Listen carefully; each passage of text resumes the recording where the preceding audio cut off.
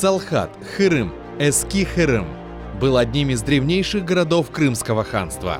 Уже в 13 веке ему возносили хвалу известные летописцы, а в 14 сюда стремились попасть как европейские, так и восточные купцы.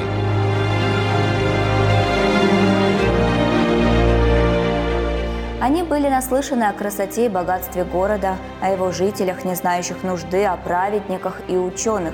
И это не преувеличение. Салхат действительно считался одним из красивейших городов в Восточной Европе. Но чем в действительности этот город был так знаменит?